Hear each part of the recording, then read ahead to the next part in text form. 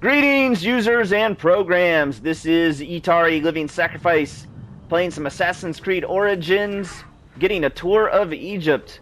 Thank you for joining us on our tour. We're going to learn about the region of Siwa today.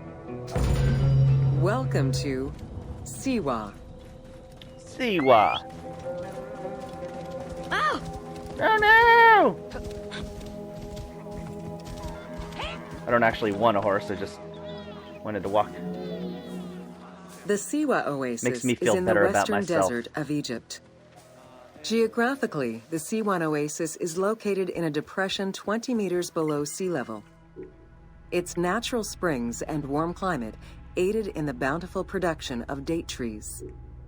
Though clearly influenced to some degree by Egyptian and African culture, the area's isolation resulted in a unique society and language. Interesting. While they worshipped the same deities, Siwan temple architecture differed from traditional Egyptian temples. Interesting.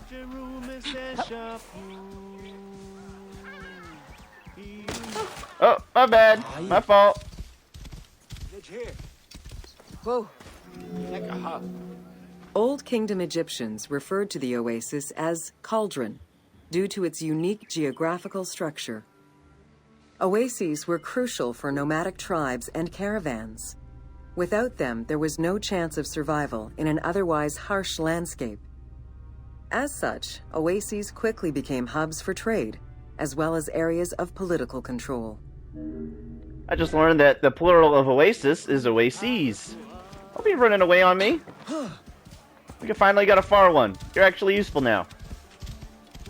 Oh, it's not that far. Whoa! Because of the dry climate, there is very little rainfall to sustain the oases. Instead, underground rivers flood the natural basins. Since many oases have a north-south orientation parallel to the Nile, some geologists suggest they were once tributaries of the mighty river. There is evidence that ancient Egyptians attempted to create some oases. Very cool. So they used to be part of the river, they think. They don't know. They are assuming a couple things. Whoa. The Libyan oases are the best known, as they are geographically and culturally linked to the Nile Valley and the Delta. These western oases have a distinct geology from the other regions of Egypt. The most famous and important oases are Karga, Dakhla, Farafra, Baharia, and Siwa. So the Libyan oases are best known as they are geographically and culturally linked to the Nile Valley and the Delta. Alright, so what makes them culturally linked? The fact that there's people there? Because they're more Egyptian people there? They consider themselves Egyptian?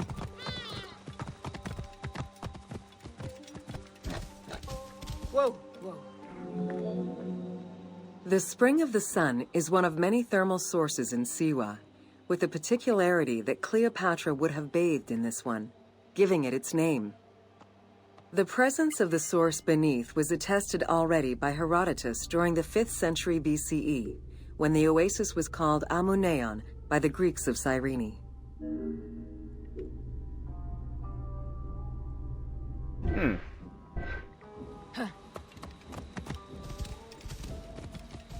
There's a secret treasure down there in the game, I believe.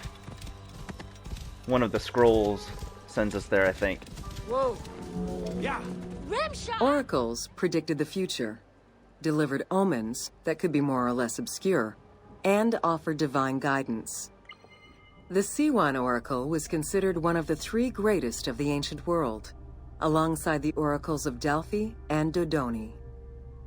Because of the Greek colonies in Cyrenaica, the temple associated Zeus with the worship of Amun. Interesting. Amun. Amun, not Amun. Gotta pronounce it right, girl. I don't think she knows how to pronounce things. I'm not gonna trust her It pronunciation is no anymore. wonder that Alexander the Great made the perilous journey to Siwa in order to consult the oracle, emulating the actions of mythical heroes such as Hercules and Perseus. This action earned the approval of the oracle, who validated his claim as pharaoh of Egypt. He was confirmed as the son of Amun, conferring upon him the most legitimate claim to date of all Egypt's foreign invaders. So Amun and Amun are two different people. Apparently, because they spell them differently. Whoa! The powerful and the rich would send gifts or travel great distances in order to ensure their good fortune by gaining the blessing of the Oracle of Siwa. Every successful blessing only increased the soothsayer's prestige. Runner Eubotus, a famous citizen of Cyrene, consulted the oracle in order to know if he would win the 93rd Olympic Games race in 408 BCE. He did, enhancing the standing of the C1 oracle in the process. She got lucky. She bet on a horse and she won. The Temple of the Oracle of Amun was built in the 6th century BCE by Pharaoh Amasis. In the game, its entrance is guarded by ram-headed sphinxes, the animal representing Amun. They were inspired by similar statuary located at the British Museum. Another option would have a Greek-influenced representation of Zeus Amun, a human-headed sphinx with horns. This representation of Zeus Amun was very popular in Siwa. Ah, so they could have picked either one. They're not sure. Alright, what's next? The Fayum. I don't really understand what the Fayum is, so let's go see how interesting it is.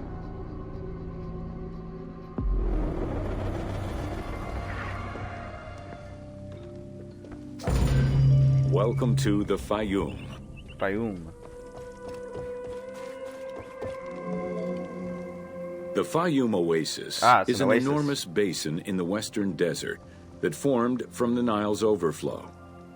As such, it is not considered a true oasis, though it gives its name to the region, which covers Lake Moeris. The oasis harbors some of the oldest archaeological artifacts of the region, indicating that the area has been inhabited by hunters and gatherers since the Neolithic period. Neolithic period, that's crazy. The Fayum Oasis drains into Lake Moeris, which was a large freshwater lake, but at some time became a saltwater lake. In the 12th dynasty, ancient Egyptians redirected the water flow with a dam and dug a supply canal using the lake as their reservoir. Irrigation enabled them to continue growing crops of figs, grapes, and olives year-round. Very cool. Well, now that I know what a Fayum is, let's see here.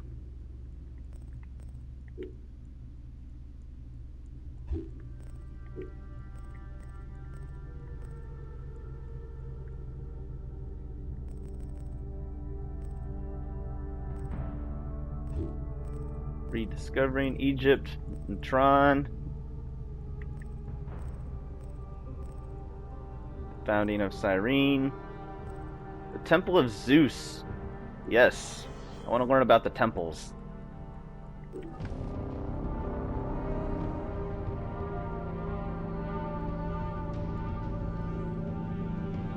Akhenaten brought upon monotheism, the belief in one God.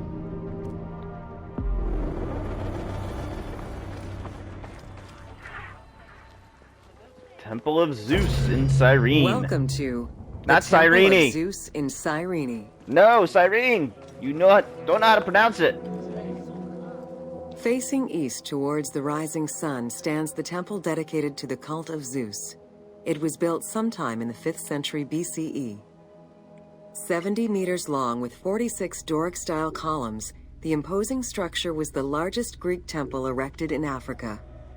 It was only slightly larger than the Parthenon and the Temple of Zeus in Olympia.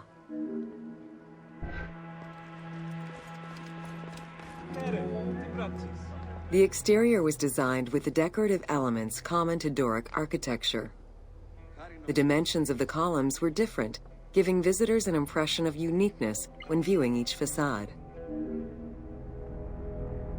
So Doric columns or the way they carved out the columns, like the patterns that they put. That's the name for those types of columns, I believe, if I remember correctly from my architecture classes. After the temple was destroyed during the Jewish rebellion, Emperor Hadrian had it reconstructed. He chose not to rebuild the outer portico, but did restore the new Corinthian columns in marble.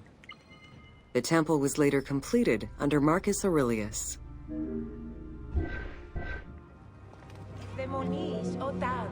In the time of Augustus, a faithful but smaller imitation of the Olympian Zeus was used to be worshipped. Hadrian then installed a new 12-meter-high statue matching the Zeus in Olympia. It was made of chiseled marble with the head, arms, and feet carved in the round.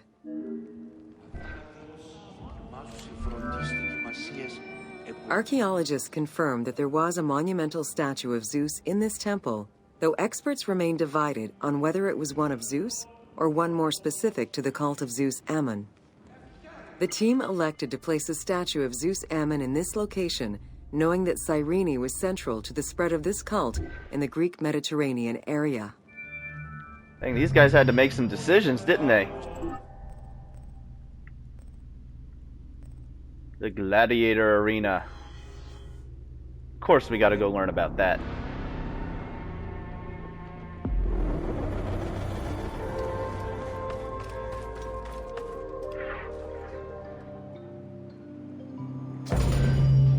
Welcome to the Gladiator Arena.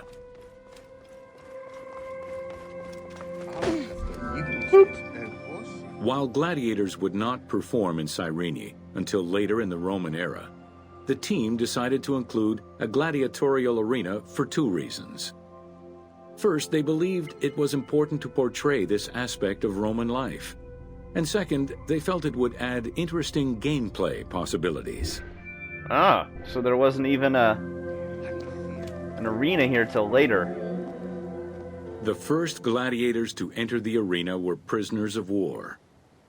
It was a spectacle of violent clashes between men and against wild beasts that lasted nearly 1,000 years. Sir Pinavis. Sir Pini something. Pini the Fifth. Eventually, volunteers began to enter the ring.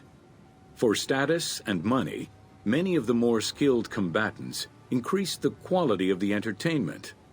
Thus, the profession of gladiator came to be.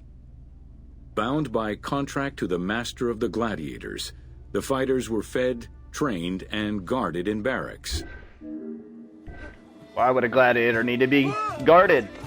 I guess he's got to sleep sometime, huh? Gladiators were separated into heavy and light armored fighters, each with their own set of specific armor and weapons. Organizers often had two audience-favored factions face each other in combat.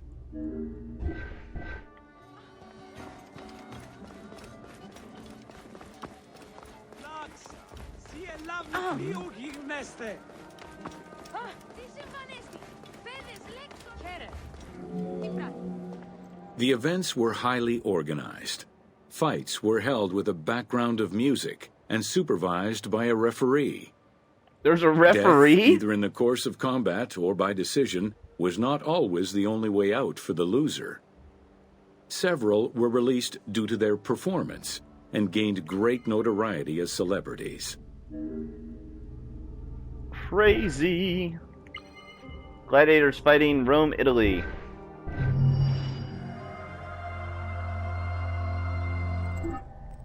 Well, that was cool. That was very cool. So, thank you for joining me on this tour of Egypt. As always, give it a big thumbs up, subscribe, and we will see you on the next one. I think we're going to start going for the pyramids. That's the real interesting stuff anyway, right? And remember to keep moving forward!